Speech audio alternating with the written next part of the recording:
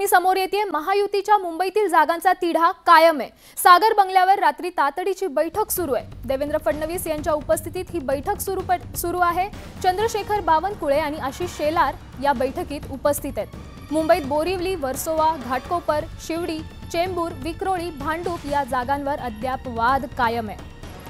आताच्या घडीची मोठी बातमी आहे। देवेंद्र फडणवीस यांच्या उपस्थितीत ही बैठक सुरू आहे। चंद्रशेखर बावनकुळे आणि आशिष शेलार या बैठकीला उपस्थित आहेत। कोणत्या या जागा ज्याबाबत वाद सुरू आहे तर मुंबईतील बोरिवली, वर्सोवा, घाटकोपर, शिवडी, चेंबूर, विक्रोळी, भांडूप या जागांवर वाद आहे। या संदर्भात आपले प्रतिनिधी तुषार रुपनवार आपल्या सोबत आहेत। अधिकची काय माहिती द्याल याबाबत? आता 10:15 वाजता सागर या निवासस्थानी भाजपाच्या प्रमुख 3 नेत्यांची बैठक सुरू झालेली आहे आणि आता या बैठकीमध्ये भाजपाचे प्रभारी भूपेंद्र यादव हे देखील पोहोचले आहेत। या बैठकीमध्ये प्रामुख्याने 3 मुद्द्यांवरती चर्चा होणार आहे। दिल्लीमध्ये अमित शहा यांच्या समोर मुंबईतल्या जागांसंदर्भातला जो तिढा होता तो मिटलेला आहे। त्या दिल्लीमध्ये जी बैठक झाली त्या संदर्भातली आता फायनल बैठक आता सागरवर होणार आहे। यामध्ये प्रामुख्याने मुंबईमध्ये बोरिवली असेल, वर्सोवा असेल, कलिना असेल, दिंडोशी असेल या जागांसंदर्भात नेमके कोण उमेदवार द्यायचे या संदर्भात चर्चा होणार आहे। काही मतदारसंघामध्ये एकनाथ शिंदे यांच्या शिवसेनेला भाजपाकडून उमेदवार हे दिले जाऊ शकतात। तिसरा मुद्दा आजच्या बैठकीमध्ये मानखुर्दमध्ये सना मलिक या नवाब मलिक यांच्या कन्या आहेत, त्यांना तिकीट राष्ट्रवादीने दिलेलं आहे। तर त्या ठिकाणी नेमका काय स्टँड असणार आहे या संदर्भात चर्चा होणार आहे। मात्र लोकसभा निवडणुकीला मनसेने अर्थात राज ठाकरेंनी महायुतीला समर्थन दिलं होतं, पाठिंबा दिला होता। त्यामुळे मनसेचे उमेदवार प्रामुख्याने शिवडीमध्ये बाळा नांदगावकर, स्वतः मनसे अध्यक्ष राज ठाकरेंचे चिरंजीव अमित ठाकरे यांच्या संदर्भात नेमका भाजपाचा काय स्टँड असणार आहे या संदर्भात या बैठकीमध्ये चर्चा होताना पाहायला मिळणार आहे। आणि सर्वात महत्त्वाचे म्हणजे आज रात्री सागरवरती जी बैठक संपन्न होणार आहे या बैठकीनंतर आज रात्री मुंबईतल्या कार्यकर्त्यांना, पदाधिकाऱ्यांना फायनल आणि शेवटचे आदेश दिले जातील नेमकं कोणासाठी काम करायचं। धन्यवाद। धन्यवाद तुषार, तुम्ही दिलेल्या या सविस्तर माहितीसाठी।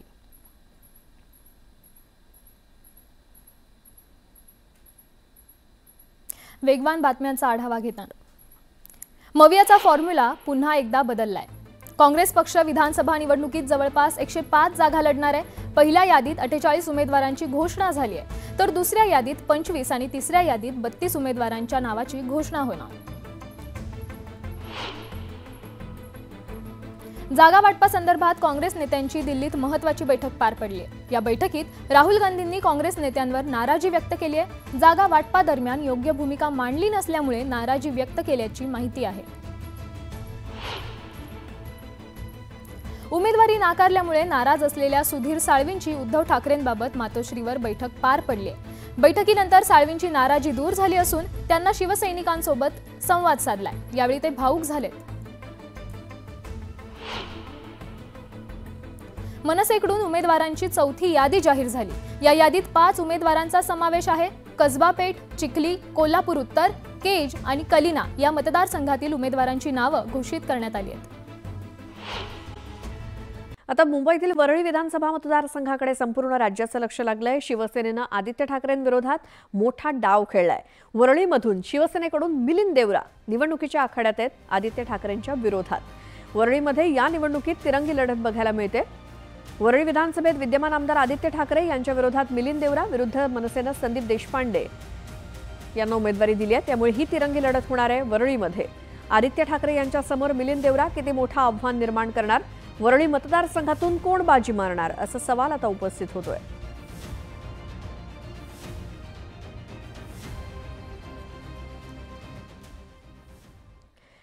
तर भायखळा विधानसभा मतदारसंघाचा तिढा अखेर सुटलेला आहे। मनोज जामसुतकर यांना शिवसेना ठाकरे गटाकडून भायखळा मतदारसंघातून उमेदवारी निश्चित झाली आहे।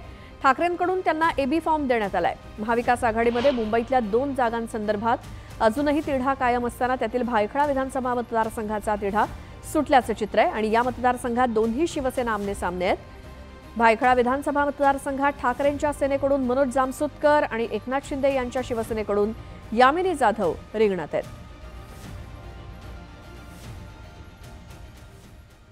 ठाणे शहरातील ओवळा माजिवडा विधानसभा मतदारसंघातून आमदार प्रताप सरनाईक यांनी आपला उमेदवारी अर्ज दाखल केला।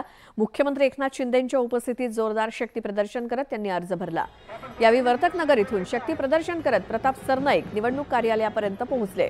यावेळी त्यांच्यासोबत महायुतीचे पदाधिकारी देखील उपस्थित होते। शिवसेना उमेदवार प्रताप सरनाईक यांच्याशी संवाद साधलाय आमचे प्रतिनिधी उदय जाधव यांनी। ओवळा माजिवडा विधानसभा मतदारसंघात तुम्ही गेले कित्येक वर्ष आमदार आहेत, स्थानिक लोकप्रतिनिधी आहेत। आता पुढचा विकासाचा अजेंडा कसा असेल? हा प्रामुख्याने जिल्हा धर्मवीर आनंद दिघे साहेबांचा जिल्हा म्हणून पूर्ण महाराष्ट्राला परिचित आहे आणि आम्ही बाळासाहेबांच्या विचारावर चालणाऱ्या मुख्यमंत्री एकनाथ शिंदे साहेबांचे अनुयायी आहोत। गेल्या अनेक वर्षापासून विकासाचं काम करत असताना 15 वर्ष सर्वसामान्य जनतेने मला या ठिकाणी आमदार म्हणून निवडून दिलं। 2009ला भारतीय जनता पक्ष आणि शिवसेनेची युती होती, त्यावेळेस मी 9000 मतांना निवडून आलो होतो। त्यानंतर झालेल्या 2014च्या निवडणुकीमध्ये फक्त शिवसेनेचा उमेदवार म्हणून, कारण भारतीय जनता पक्षाबरोबर युती तुटली होती, मी 11000 मतांना निवडून आलो। परंतु त्यानंतर झालेल्या परत महायुतीच्या उमेदवारीमुळे 2019ला मला 84,000पेक्षा जास्त मताधिक्य मिळालं। त्यामुळे हे विकास कामाच्या जीवावर सर्वसामान्य जनतेने मला पाठिंबा दिलेला आहे। मीरा भाईंदर शहर असू द्या, ठाणे शहर असू द्या, राज्याचे लोकप्रिय मुख्यमंत्री एकनाथ शिंदे साहेबांनी भरघोस निधी या दोन्ही शहरासाठी मला उपलब्ध करून दिला। त्यामुळे मी ही सगळी विकास कामं करू शकलो। आपण ह्या ज्या ठिकाणी उभे आहोत ते रस्ते असू द्या किंवा ह्या परिसरातला सगळे विकास कामे असू द्या, मुख्यमंत्री एकनाथ शिंदे साहेबांच्या मार्गदर्शनाखाली ही कामं चालू आहेत आणि त्यामुळे गेल्या निवडणुकीमध्ये मिळालेलं 84,000चं मताधिक्य, त्याचबरोबर लोकसभा निवडणुकीमध्ये नरेश म्हस्के यांना मिळालेलं 62,000चं मताधिक्य, त्याहीपेक्षा जास्त मताधिक्य हे मतदार वाढले असल्या कारणानं ह्या निवडणुकीमध्ये मला मिळतील याची मला खात्री आहे। मला असं वाटतं की 20 तारखेला जेव्हा निवडणूक होईल आणि 23 तारखेला रिझल्ट येईल तेव्हा 1 लाखापेक्षा जास्तचं मताधिक्य ह्या मतदारसंघातील जनतेने मला दिलं असेल। ते फक्त आणि फक्त मुख्यमंत्री एकनाथ शिंदे यांचा चेहरा बघून, देवेंद्र फडणवीस यांचा चेहरा बघून, अजितदादा यांचा चेहरा बघून आणि ह्या महायुती सरकारचं जे काम महाराष्ट्रामध्ये केलेलं आहे त्या कामाकडे लक्ष देऊन सर्वसामान्य जनता आम्हाला भरघोस मताने निवडून देईल याची मला खात्री आहे। तुमच्या विरोधामध्ये महाविकास आघाडीने ठाकरे गटातून उमेदवार दिलेला आहे, विरोधकांना काय उत्तर? नाही बघा, कुणीतरी एक विरोधक हा निवडणुकीमध्ये असतोच, 1 असू द्या, 2 असू द्या किंवा 3 असू द्या। आपण विरोधकांकडे जर बघत राहिलो तर आपलं मार्गक्रमण कठीण होईल। त्यामुळे विरोधकांकडे बघायचं नाही, विरोधकांना काय बोलायचं ते बोलू द्या।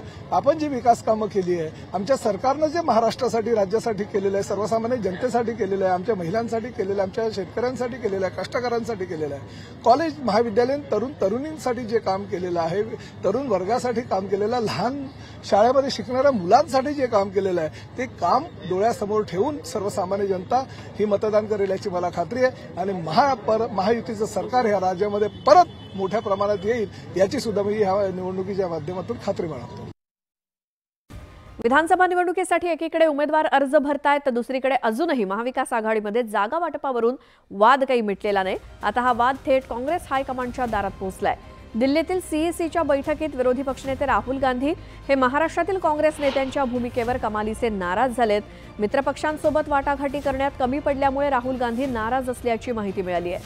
दरम्यान काँग्रेस नेते बाळासाहेब थोरात उद्धव ठाकरे आणि शरद पवारांची भेट घेणार असल्याची माहिती नाना पटोलेंनी दिली।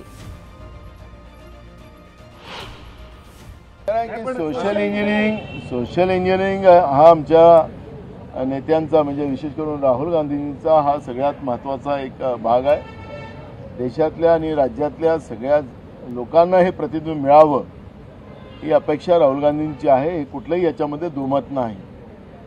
सगळ्यांना सत्तेचा वाटा मिळाला पाहिजे ही भूमिका राहुल गांधींची आहे।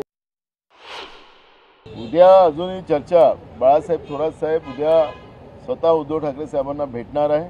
शरद पवार साहेबांचं आत्ताच पत्र माझ्याकडे आलेलं आहे आणि त्याच्यामुळे उद्या बाळासाहेबांना पुन्हा मी उद्धव साहेबांशी चर्चा करायला पाठवत आहे आणि ज्या काही थोड्याफार जागांचा विषय आहे ते उद्या चर्चा करतील आणि उद्याच आमची संध्याकाळी ऑनलाईन सीएससी आम्ही करणार आणि त्या माध्यमातून जे काही जागा राहिलेल्या आहेत त्या जागेवरचा निर्णय केला जाईल।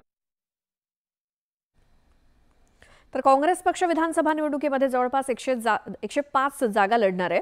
पहिल्या यादीमध्ये 48 उमेदवारांची घोषणा करण्यात आली, त्यानंतर आज जवळपास 25 उमेदवारांची घोषणा केली जाणार आहे।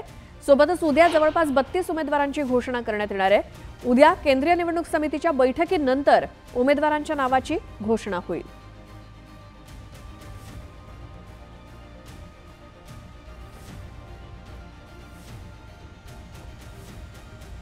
राहुल गांधीजींनी जे काही जागा बरोबर आहे की महाराष्ट्रामध्ये काँग्रेसला जास्त जागा मिळाल्या पाहिजेत, विशेष करून विदर्भ, मराठवाडा, पश्चिम महाराष्ट्र, उत्तर महाराष्ट्र या आणि मुंबई या भागामध्ये काँग्रेसला जागा जास्तच मिळायला पाहिजेत मेरिटच्या आधारावर. पण अलायन्स 3 पक्षाचं आणि आमचे अजून मित्रपक्ष या सगळ्या याच्यामध्ये हा सगळा गोळ झाला. आम्ही त्यांना त्या पद्धतीचं सांगितलं समजून आणि त्यांनी त्याचं समाधान पण मानलं.